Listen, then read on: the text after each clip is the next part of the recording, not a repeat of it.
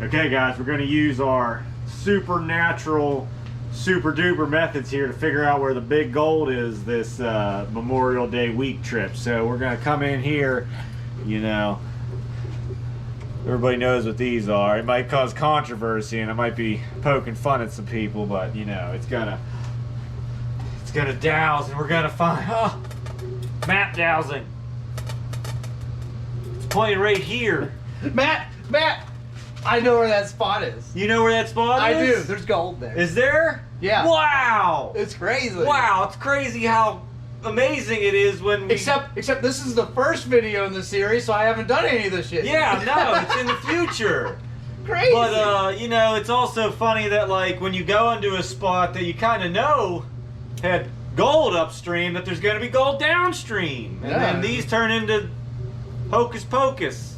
Hocus pocus. But also, if it floats your boat, then cool, do it. But it doesn't float my boat. But I'll use geologic methods and scientific methodology to get on our gold. A different kind of witchcraft. A different kind of witchcraft, basically over you know, some divining rods, as they're also called. Which, you know, it's divine. It's divine. Oh. But okay, so this is the general premise for the Memorial Day week trip. And I know it's hard to read this because it looks like I have chicken scratch writing. Good yes, Lord, very kid. correct. So apparently the dowsing rods can find beer, because we all know there's a shit ton of beer right here because Nick's here. But other than that, they seem pretty limp. Swearing. They seem pretty limp on the gold.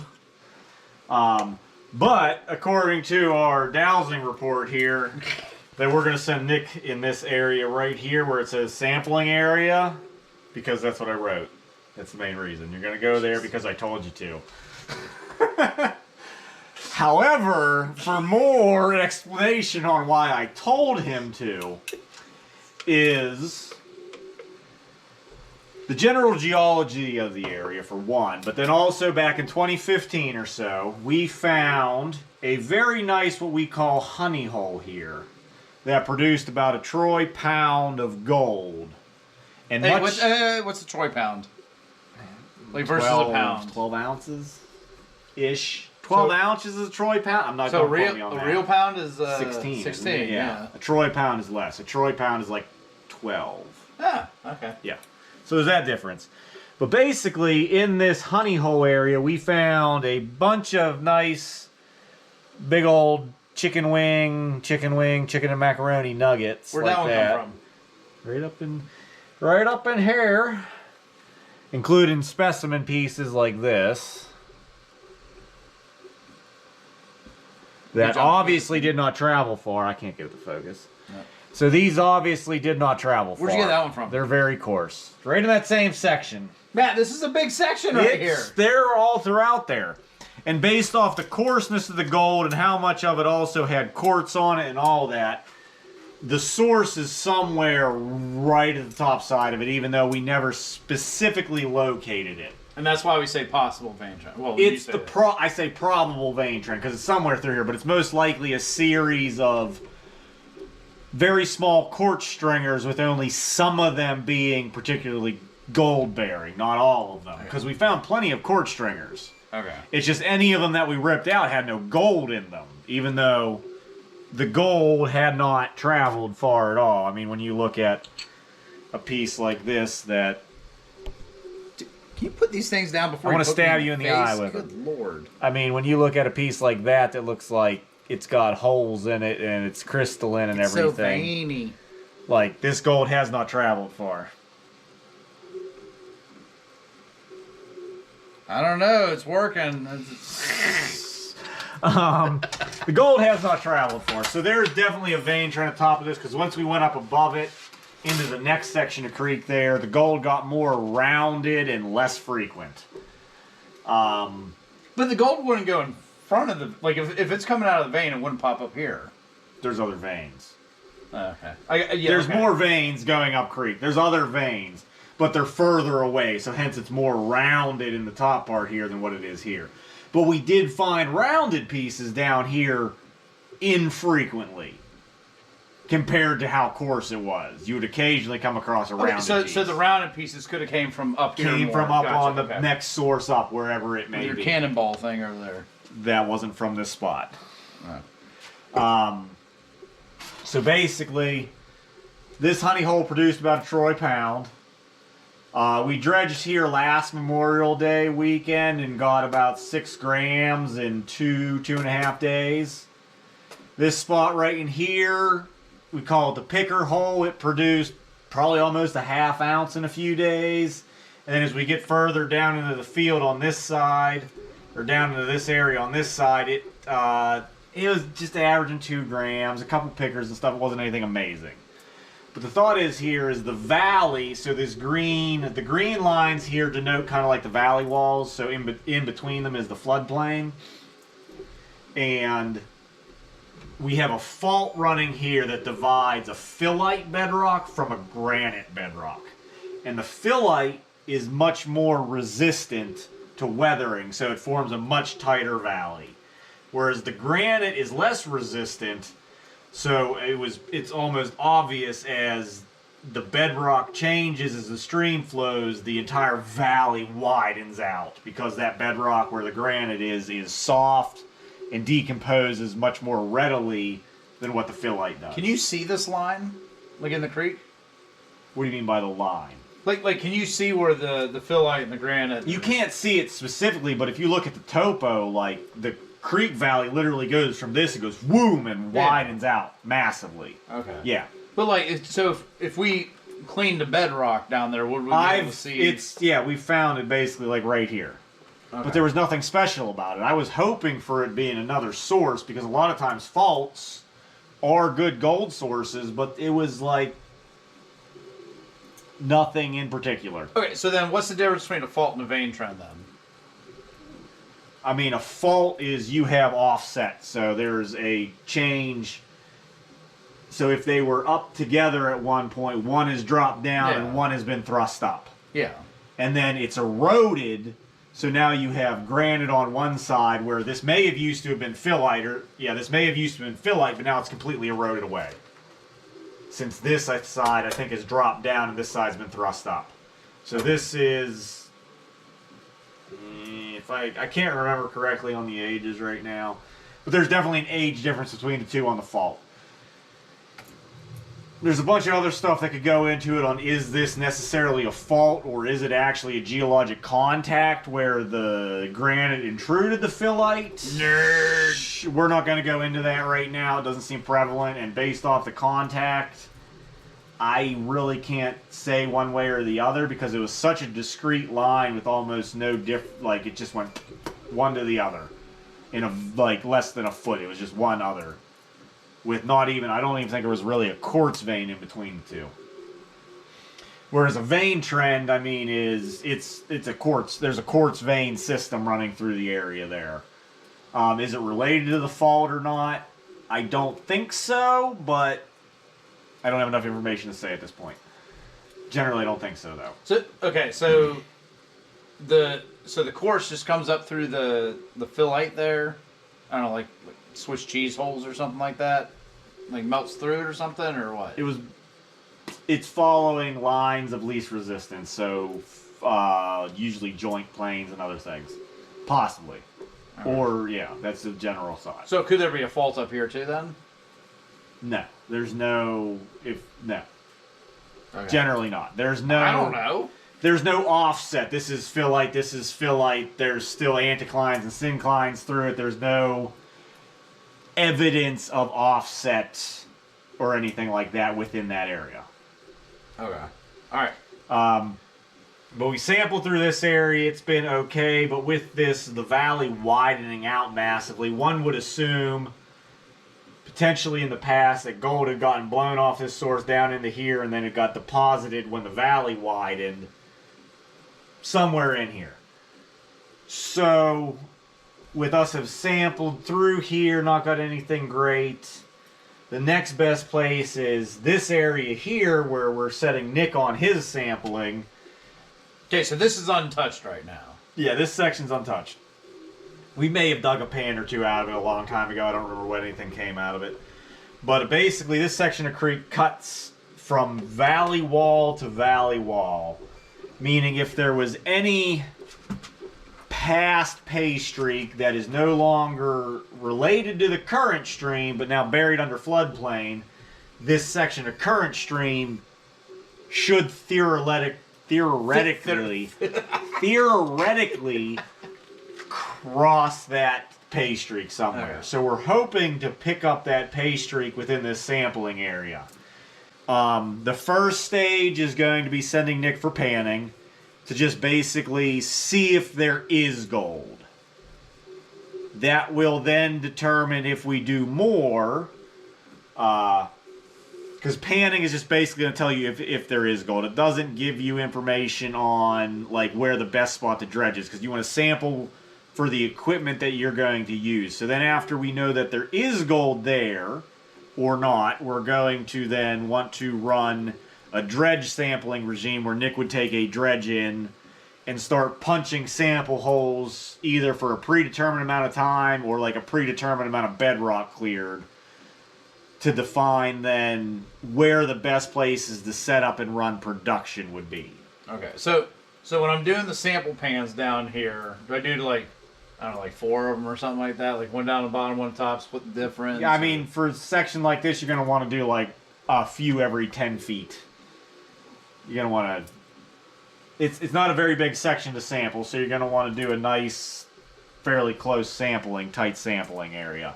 Okay. Left side, right side of the river, doesn't matter? Everywhere. Everywhere? Everywhere. Document it all. You have a Cal Topo app, do it. Alright. So...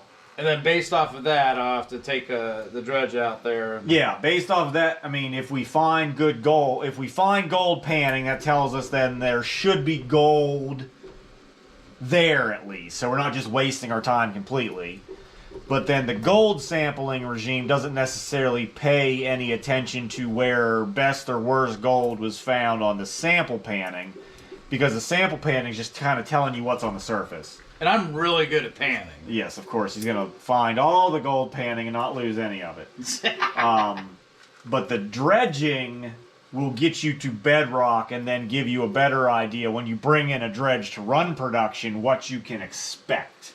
Generally. Now, it's not going to tell you the whole story, because as you run a section, you might hit catches that hold much better gold than just random bedrock that you sampled on. But you need just the random bedrock that you sampled on to hold at least a certain amount to make it worthwhile to add up to your minimum daily needed amount. Okay. So I'm looking for...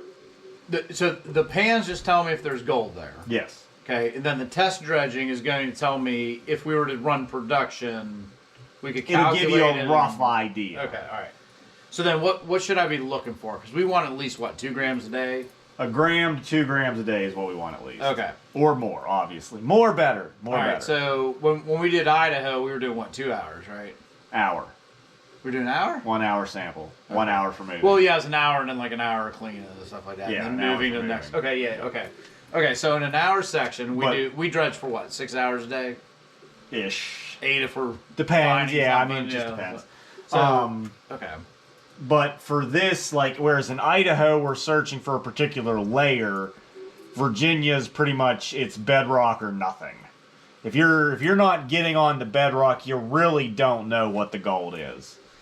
So it's more so not necessarily time run nor material run, it's how much bedrock you've cleared. So what's easier? Tells you the most. What's easier, Idaho or Virginia? I prefer bedrock. Yeah. By far, because you have a nice, once you get down to it, you get a nice clean working area and you can push forward and you know you've cleaned it, you got it, go. Okay.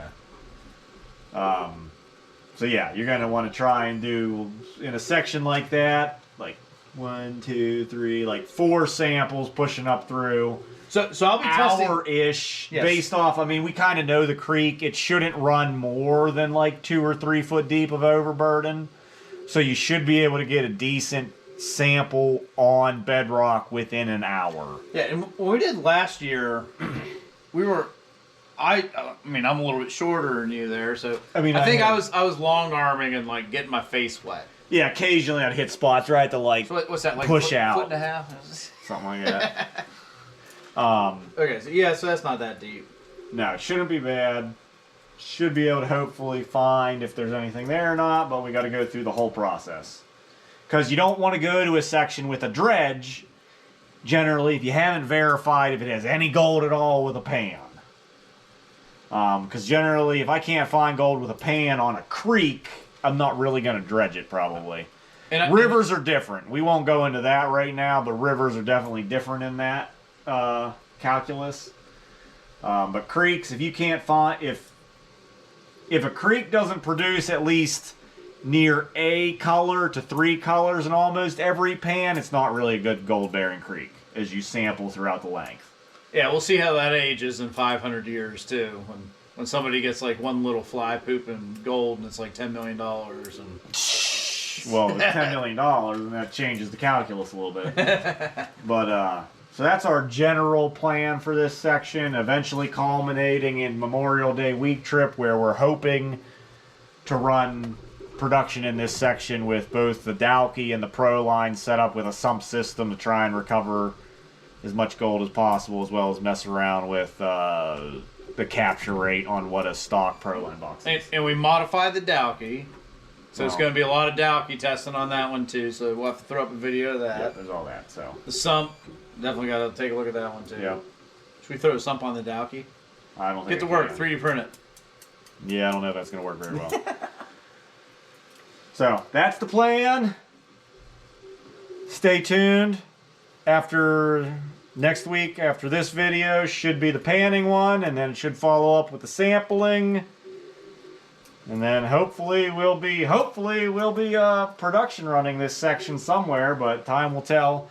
We may have to completely go back through and reevaluate and find another spot to dredge. So we will have to, if we don't get anything and all the sampling comes up bunk, then we'll have to send Nick out on more sampling to determine a new spot. I have some thoughts on like some backup locations on where we could go in here, but... Okay, so going back again, so you're talking about there's the fault line here, the different, blah, blah, blahs, and it widens out. So when the river flows, so this is, we're assuming the gold that's on this river is a long time ago is when it got pulled out of the vein, this probable vein trend and deposited, right? Mm-hmm. We're not talking like last 100 years. No. Okay, we're talking like 10,000 years ago or something, like something crazy. Okay. Yes. So this, I'm assuming, would be a little bit bigger because it had to erode all this stuff away, right? Not in 10,000 years. 100,000. I don't know. I doubt this valley has changed much in 10,000 years. Okay, Matt. So how long ago did this happen? A million years? I mean, the valley's been forming for probably the past 2 million-ish years. Okay. So then, 1 to 2 million years ago is when this river was coming through, decided...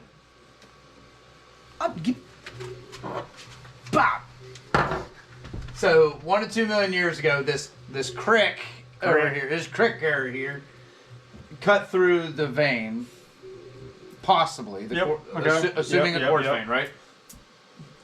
Release the gold, which is why you have the sample or the.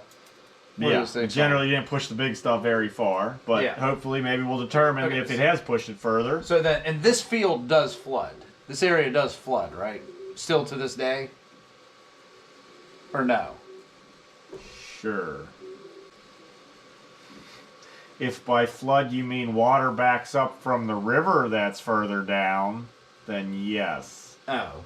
So it's not That's the main reason this field goes underwater. It's not from the creek flooding, but from the river backing all the way up into the valley.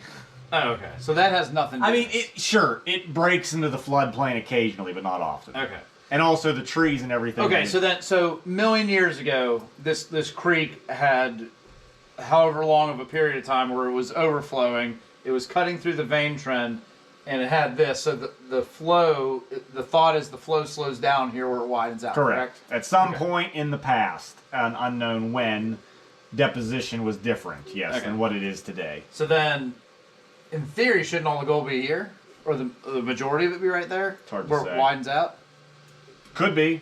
It's just we can't access it. I don't know. I mean, Cole, our buddy hit a really good really good piece, a bunch of gold right there pushing this side, but like we just can't access that part. Why can't we access that part? It's under floodplain. I can't go dig it up. Oh, yeah, okay. Yeah, I get Can't dig it. Okay, So so this is where 400 ounces is. So the next We can best do it. place to sample is down here where the creek basically cuts the valley and the possible pastry would have to cross it. Okay. So in theory, the gold, like there's probably a bigger deposit up here, Maybe. but we Impossible to say. will but never sure. be able to access it unless a historic flood comes through and destroys that field. So when I get down to the sampling area, Matt, what should I expect? So I know what it's like up here, because that's what we did last year, where it was what about 2.5 foot deep, 3 foot deep there in that one little spot we were in. To bedrock? Yeah, Yeah. I'm assuming. I couldn't see because we were getting mudded out though. Based off the other stuff that I've dredged up here on the other bedrock that's not the phyllite. And I've been similar. Where was the place I went before with them? With Marshall. Yeah. Was it right here? Yeah, right by that little guy. Was that little guy right Yeah, there? yeah, the little guy right there, That- sure. Is that actually where it was? You're pretty close, yeah. Pretty close. Okay. Yeah, not bad. I just drew random guys in there. Just Not for bad, fun. not bad. So I've been here, and that had some pretty deep pockets. But then it would go from like 3 foot deep, and then you walk up like 10 foot, and it's like ankle deep. But you're just talking the overall water. Yeah. Well, yeah, because there's over. I mean, sure, it could go from ankle deep to waist deep. The How overburden, deep is the honey hole here? It's usually about 2.5 foot to bedrock. Okay. All About right. So, ankle deep of water, ankle to knee deep water starting out until we so that's with all the overburden and everything. Okay. So when I get down here. waist deep once you dredge it all the way down to bedrock, at least. Okay. All right. I expect it to be similar. This whole section was similar. So if I was smart, I would go out there with a wetsuit, not just waders, right? Correct. Yes. wetsuit in there. Wetsuit. At least a Wetsuit snorkel. and air would be the best thing. You always bring your air. You your always bring wetsuit. what you should possibly need. Yes, correct. Not what you think you need. Yep. Okay. Well.